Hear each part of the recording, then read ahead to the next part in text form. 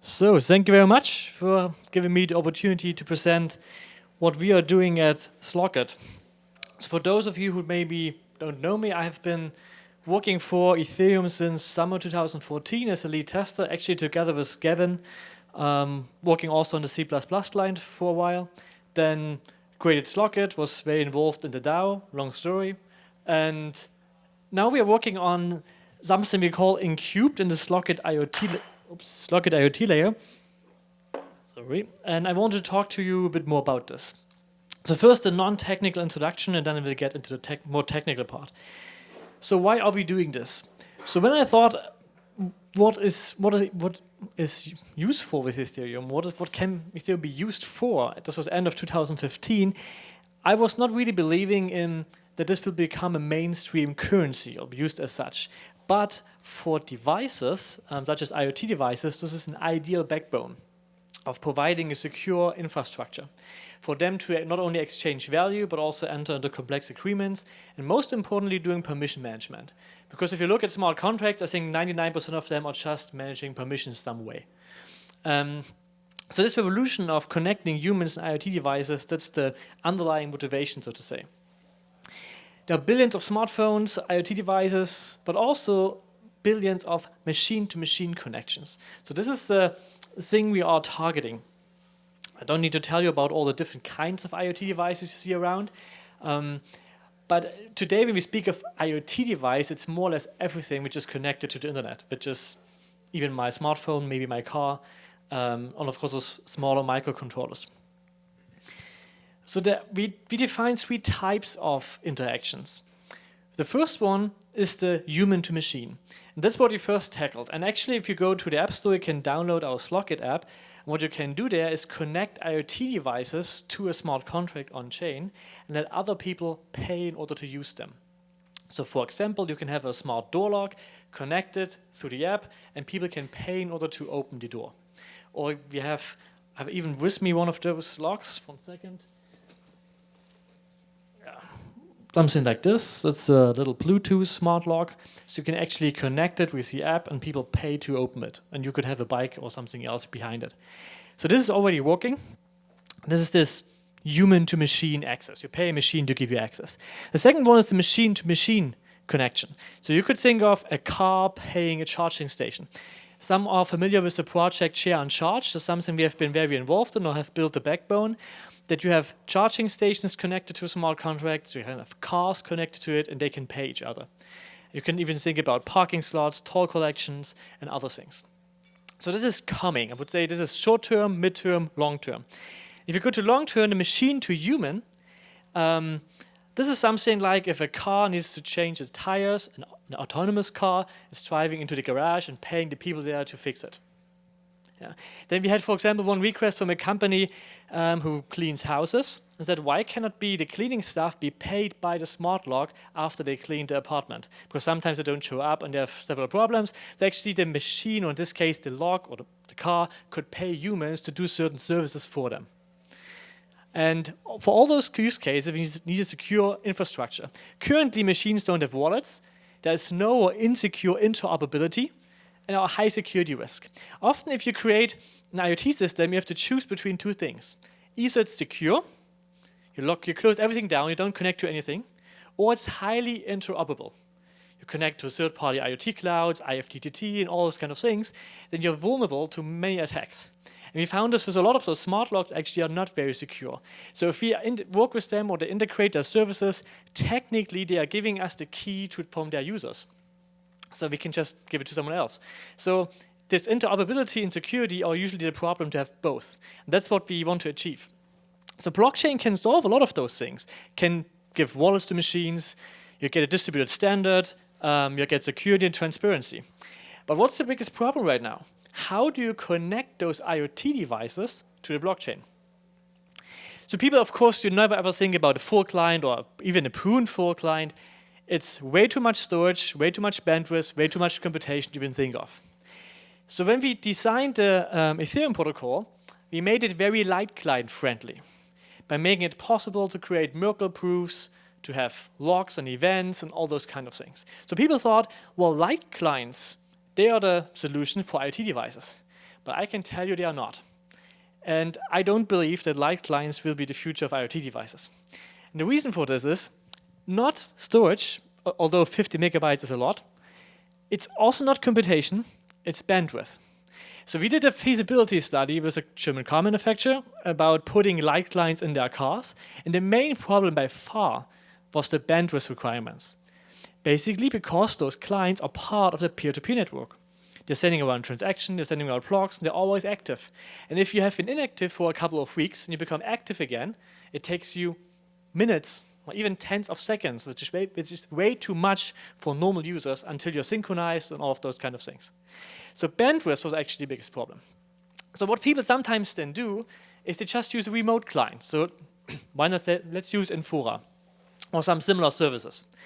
Well, but then a lot of the benefits are just gone away. You have a single point of failure and have a lot of those problems. So we thought about what can we do to get a similar user experience or developer experience, such as remote client, but still have the decentralization and this secure backbone which you want to achieve. And that's something we have developed, which we call Incubed. And I want to describe now to you in the next 15 minutes or so how Incubed actually works. So Incubed stands for a trustless, incentivized remote node network. Some people call it decentralized Infora, but I think I like to more call it a minimal verification client. And I will come to this topic why I like to call it like this. So in this Incubed network, you have nodes. You could even say servers. What they do, so they usually are full nodes running on some kind of powerful server system, highly connected to the internet. And they offer an RPC interface, and they pay or offer a security deposit when they register. They have the task to provide information and to validate it. So what do these nodes do? We have a smart contract, which is a registry. They register as being a node and pay a deposit. And then they can answering requests.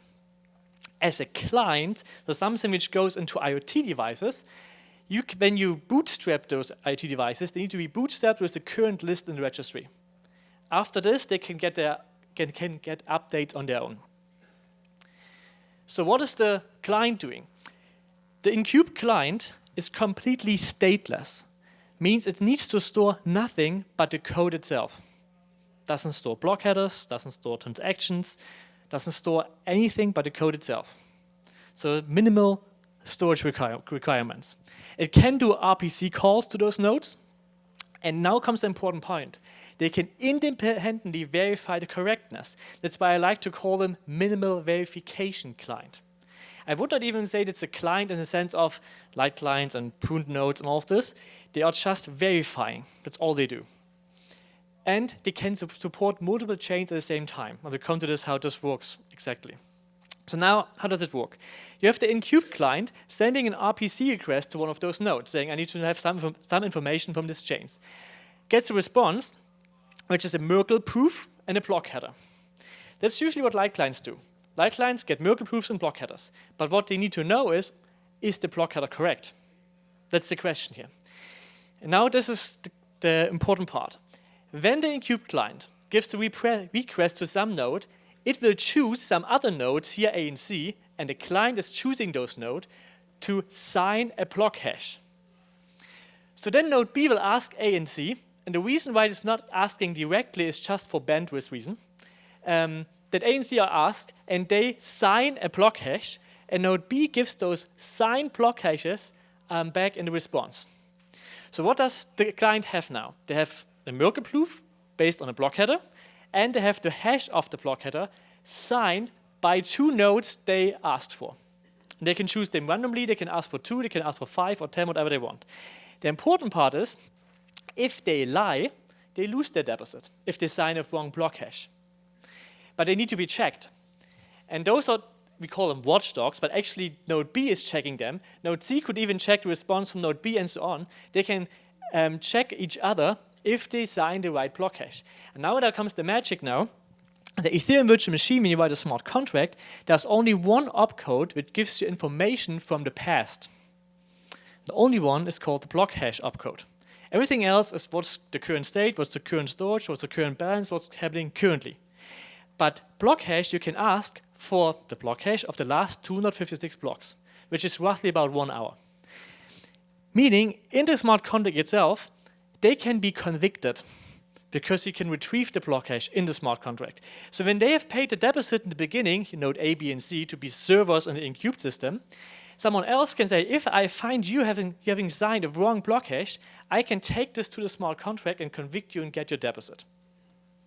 This makes it secure. This is just this one function in the smart contract called convict. We say which server, block hash, block number, and the signature. And here you check if the block hash is not equal to what the EVM gives you here, by retrieving it directly from the opcode. Then you check with EtherRecover if this is the owner. If yes, we only actually pay 50% of the deposit to the one who convict the server, and the other one is just burned. The reason is because the server can just convict itself. It could lie and then sign a wrong block hash and get the deposit back. So that's why you need to burn it. So, but sometimes maybe the one who found it out is faster than the server, so you should still give him some money. So that's why 50% is burned, 50% is given to the one, and maybe those numbers will change in the future. So that's the important part of why we can do all of this completely decentralized. Okay, this is the first part. So now we have a network of nodes or servers who have paid a deposit, which will be slashed if they lie, and they just give Merkle proofs, signed block hashes to those clients, which they can verify. Of course, they want to have some payment. So we also introduced the micropayment from the Incubed client to those nodes for signing block hashes. Because those servers or nodes signing block hashes, they actually take a risk because they may be wrong. And so in the beginning, we use state channels. Currently, we're working on an adopted variant of something called probabilistic micropayment, which I first read about it from Gustav Simonsen. So I don't have time to talk about this now, but I think you have heard a lot about state channels or probabilistic micropayments, how you can do the payments from the client to those nodes. So actually everybody running a full node can become an Incubed node and earn some money by serving some information to IoT devices. And actually it doesn't only need to be IoT devices. I think not many people are actually running their own node on even their laptop because it takes too much time, energy or storage, so they just connect to Infora or something. So even for them, it makes sense to install an Incubed client. Another nice feature of the system is it doesn't really matter which blockchain you're talking to. Since you're not part of this peer-to-peer network, you're not even synchronizing to this chain. You can talk at the same time to, let's say, the Ethereum main chain, or you're working for also the Energy Web Foundation, the Tobaloba chain, or whatever, or Polkadot, or whatever you want to.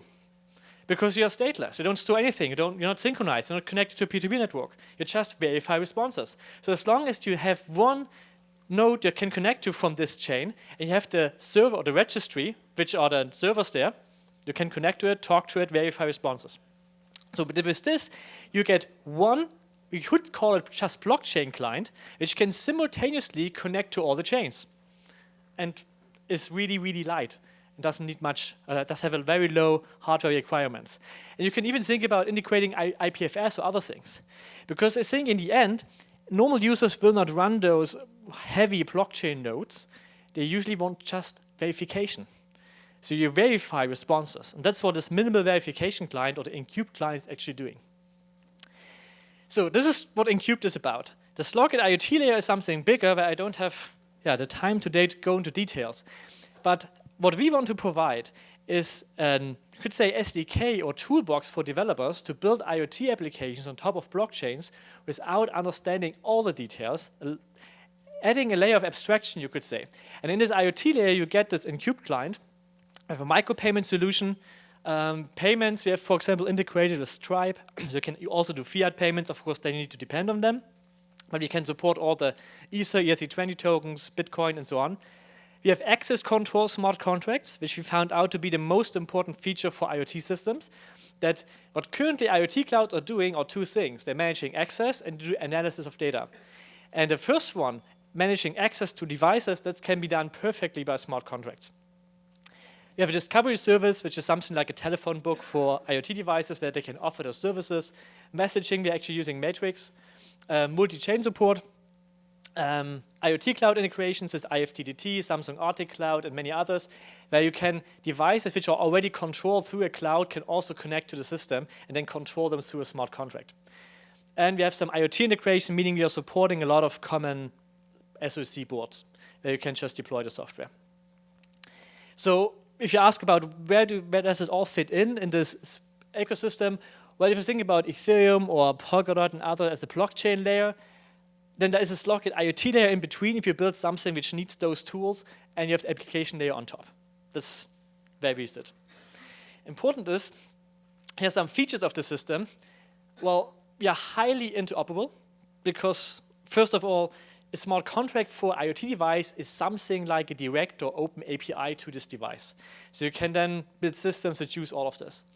And we can use all of those chains. We are not committed to one chain only. You get the security of the chain. You have no single point of failure, no login because you just need your keys. Full payment support, permission management.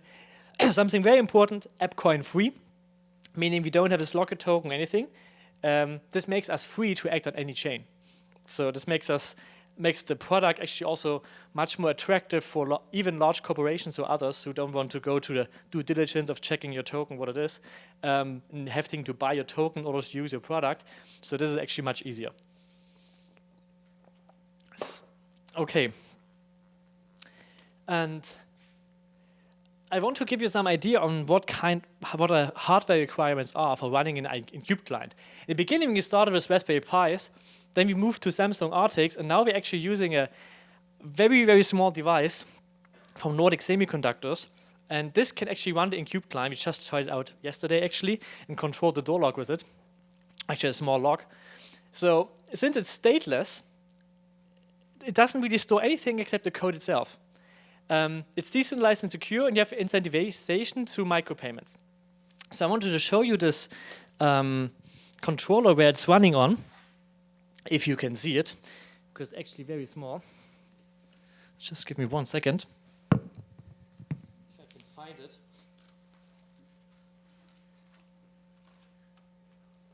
Let's do this, because I put it in here. Yep, there it is.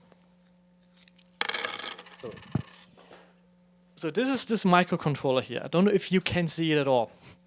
This is a microcontroller where an Cube client can run on. And as far as I know, this is the smallest device ever to run a client for Ethereum, for example. And if many people speak about IoT, they only put private keys on an IoT device. This is nice. It allows you to write, but it doesn't allow you even to verify if a transaction went through, because this is a read operation. And actually, for blockchain, it's much easier to write than to read, because reading means verifying. So here's the same chip.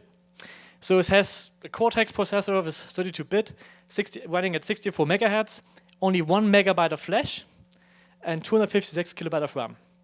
So this is completely enough to connect to a blockchain, to verify its responses, and to many at the same time. And this opens up what I say scaling access, because now you can actually connect much more devices to a blockchain than before. And this is even very usable on a mobile or on a laptop, because it doesn't need much resources, and you're always basically connected to all those chains, just verifying. Okay, I think with this I want to open up last 4 or 5 minutes to questions. So do you have any questions to those solutions?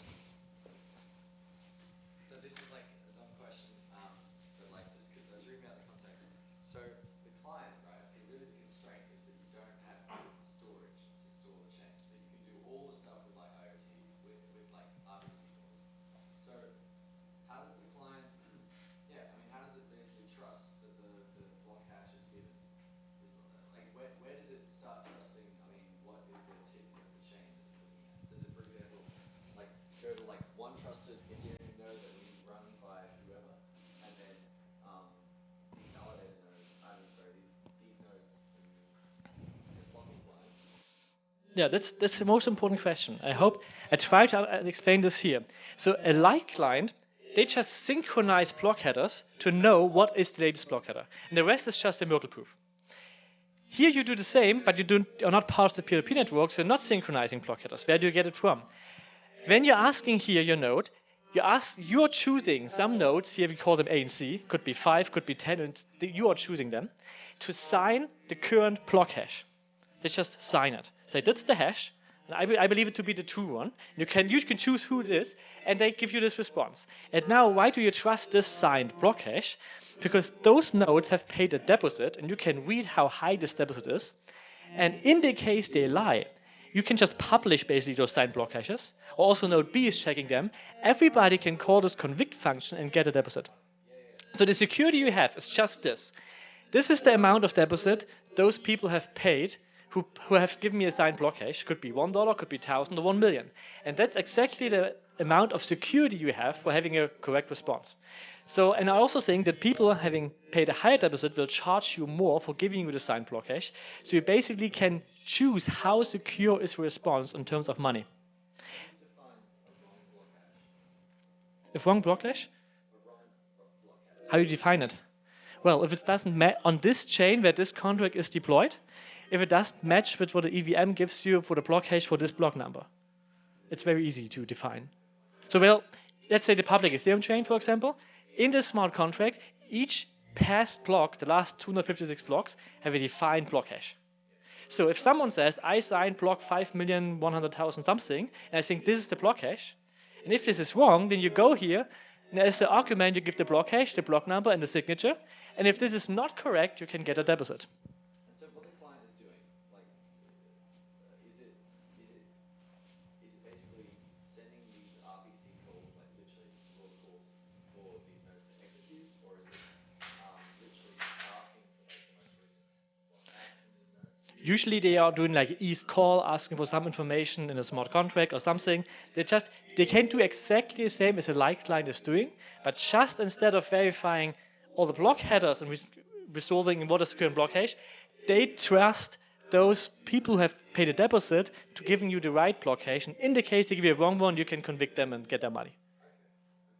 So that's your security model, is how much deposit is behind those signed block hashes. And you know exactly how much deposit is behind there. So if you have something like, let's say you have this bike locked with this thing, you don't need more than, let's say, $500 as a security deposit, because the bike is not worth more. So you only pay for signed block hashes with a deposit of around $500. But let's say you have millions of dollars behind it, you want to have it signed by someone with a much, much higher deposit. Or even choosing tens or thousands of servers. You can ask 10 or 20 servers to sign it and add their deposit on top of each other to know how secure the response is. So I think one more question, then we are done. Yeah. Okay, so who reports, it sends those messages only to this log, right? This log has the functionality to report. The log will not know that the block is fake. The block only knows that the block hash has been checked by servers I have chosen. And if wrong, they will get a deposit, so I can trust it to a certain extent. Only someone reports it, right? But only the log, has their own, the invalid log signed, right? They can even publish it, the signed block hash, to get certain security that people will check it. No, but again, they send this hash only to the log, not to the entire log, right? And they can do it. Technically, yes, of course. No, the only security model you're having is that this protocol is behind it and that it has been checked, because you don't ask for the block hash of node B, you're asking for A and C. And B has a very high incentive to check if the block hash is correct or not, because if it's wrong, they can get a deposit. Okay, so it's not like a direct communication. No. They are asking node B, but node B doesn't even sign the block hash. They are saying, please ask AC for a signature. They sign, and node B is checking. And it's just incentive game. Okay, I need to stop. So thank you very much for your attention.